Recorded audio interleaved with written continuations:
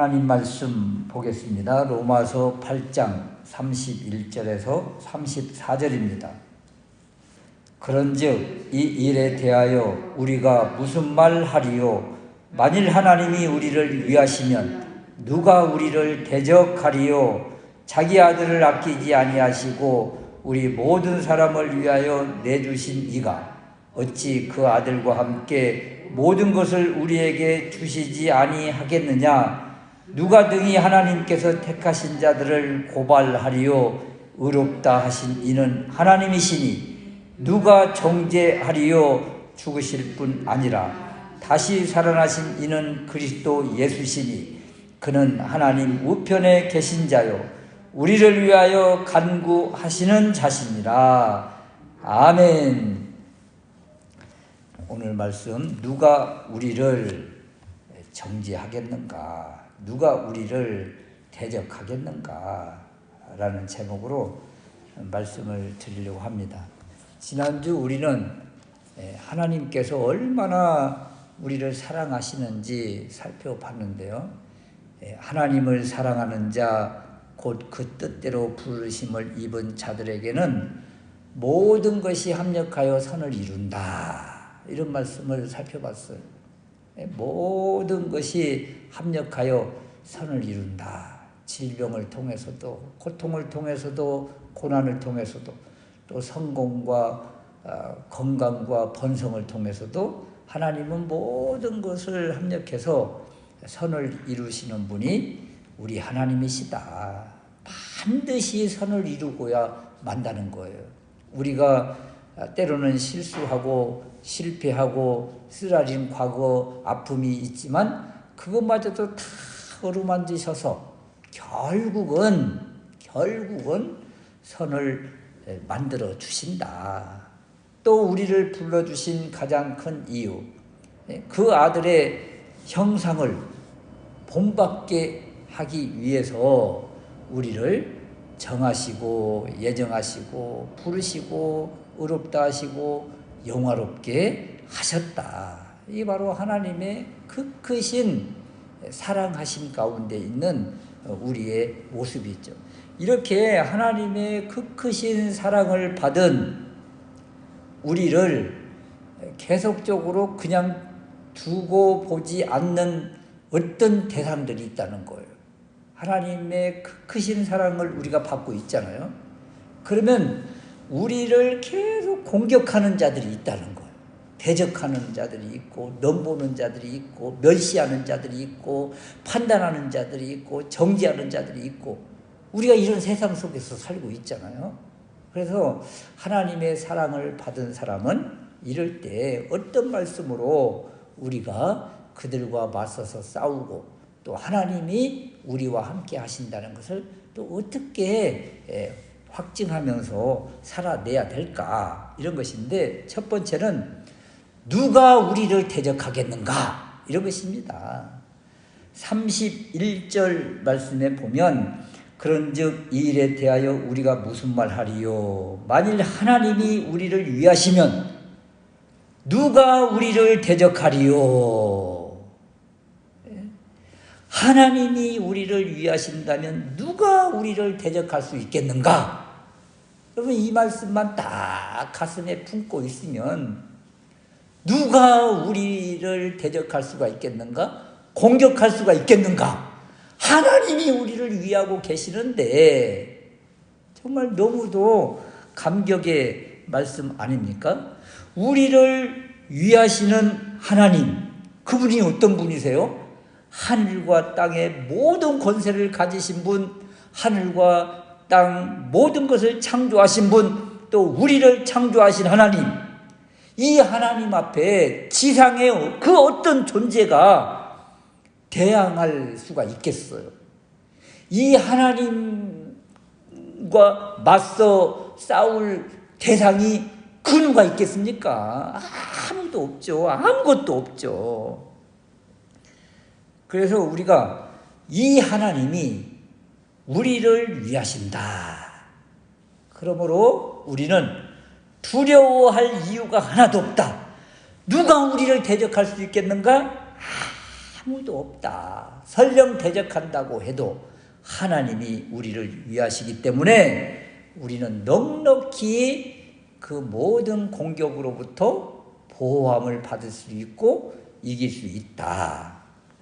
여러분, 출애굽기에 보면 하나님이 우리를 위해서, 이스라엘 백성들을 위해서 싸우시잖아요. 하나님이 싸우셨어요. 이것이 바로 오늘 말씀을 통해서 보면 하나님이 우리를 위하신다는 것과 똑같아요.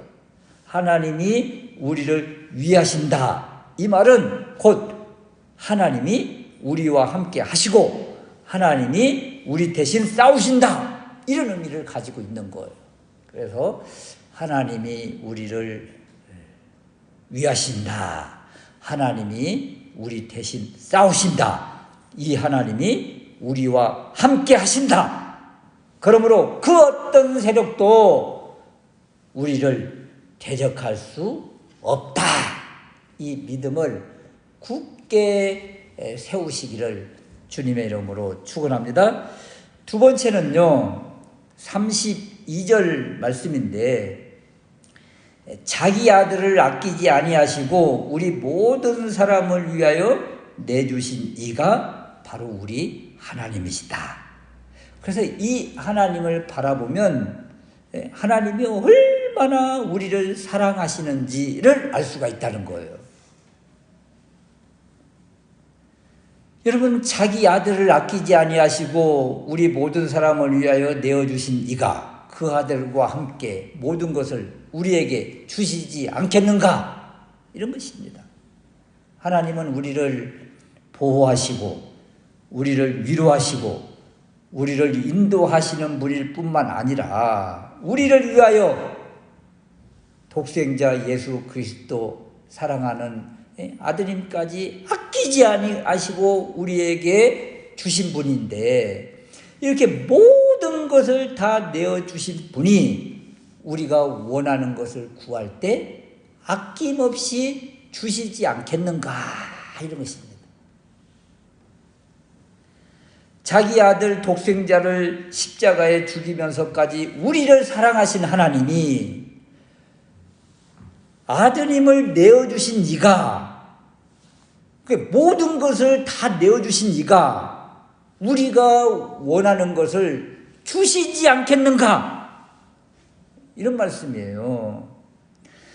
그런데 우리가 사실 살면서 현실적으로 병들고 또 어려움을 겪고 경제적인 어려움, 자녀 문제, 또 사업 문제, 여러 가지 문제를 가지고 있으면서 고달픈 현실 가운데 있을 수 있습니다. 또 그렇게 있습니다.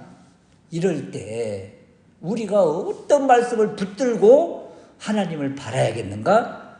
오늘 32절 말씀에 자기 아들을 아끼지 아니하시고 우리 모든 사람을 위하여 내주신 이 하나님이 우리에게 그 모든 것을 주시지 않겠는가? 이 말씀을 굳게 붙잡는 거예요. 우리에게 모든 것을 현재 주셨어요. 가정도 하나님이 주셨어요. 자녀들도 하나님이 주셨어요. 우리가 누리고 있는 그 모든 것도 하나님이 주셨어요.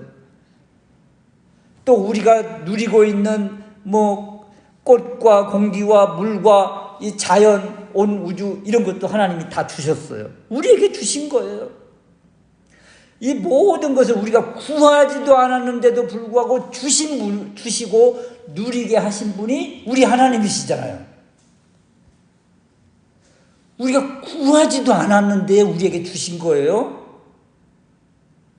그런데 구하면 후히 되어 흔들어 넘치도록 안겨주시지 않겠는가.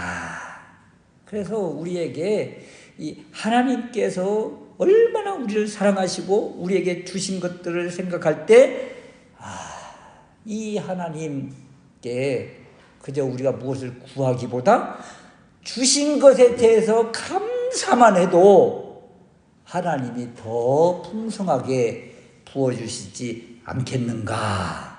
그것을 한번 되돌아보자, 이런 것입니다.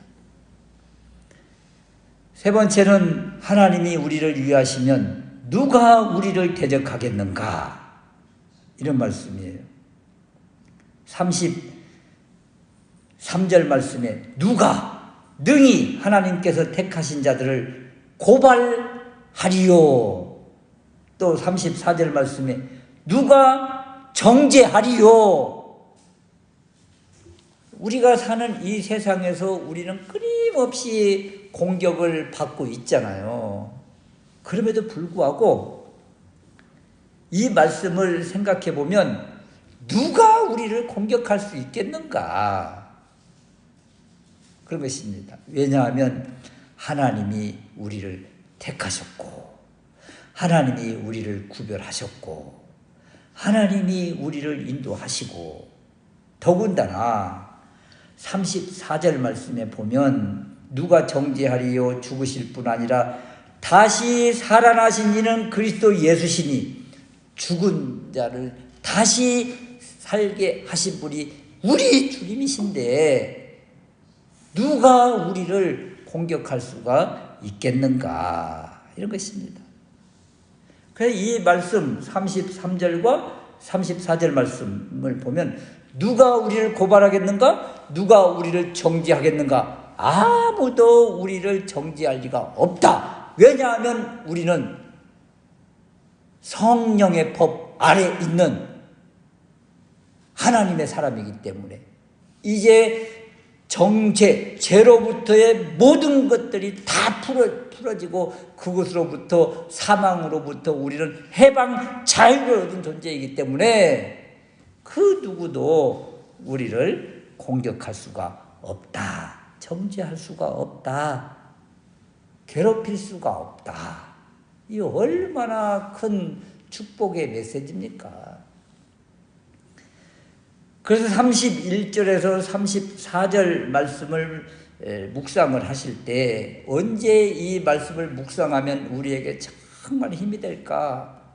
누군가가 우리를 그냥 무고히 고통을 줄 때 그때 이 말씀을 묵상을 하면 그래 누가 우리를 공격할 수가 있겠는가?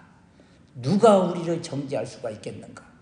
하나님이 우리를 위하시고 하나님이 우리를 보호하시고 하나님이 우리 대신 맞서 싸우시는데 누가 우리를 힘들게 할 수 있겠는가?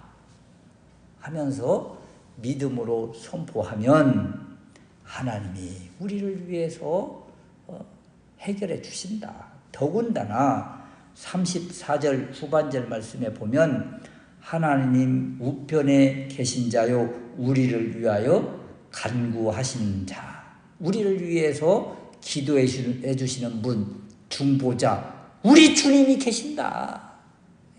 우리가 너무 힘들고 어려워서 하나님께 하나님 하고 부를 수도 없는 그런 기가 막힌 현실이 온다고 할지라도 우리가 입을 열어 기도도 할 수 없는 하나님도 부를 수 없는 그런 상황일지라도 우리 위해서 우리 대신 간구해 주시는 우리 주님이 계신다. 그래서 이 주님을 생각만 하면 마음속에서 우리는 하나님을 향해서 막 문제를 내놓고 기도해야 되는데 기도도 할 수 없을 때 주님을 가만히 묵상을 하면 우리와 주님은 하나잖아요. 우리는 주님과 연합되었잖아요. 주님이 내 안에 계시고 우리는 주님 안에 있잖아요. 이 주님이 전능하신 하나님 아버지, 살아계신 하나님 아버지께 간구해 주신다. 그러면 우리 하나님 아버지는 그 모든 것들을 다 들어주시죠. 그래서 이 주님이 계시고 하나님이 우리를 위하시기 때문에 원하시기 때문에 우리는 이 힘들고 어려운 세상 속에서 넉넉히 이길 수가 있다. 이 하나님께서 우리를 위해서 이렇게 행하신 놀라운 일들을 늘 경험하면서 또 묵상하면서 힘들고 어려운 여러 가지 묶인 문제들을 넉넉히 이겨나가며 하나님께 더 영광 돌리고 주님 안에 더 깊이 나아갈 수 있으시기를 주님의 이름으로 축원합니다. 아멘.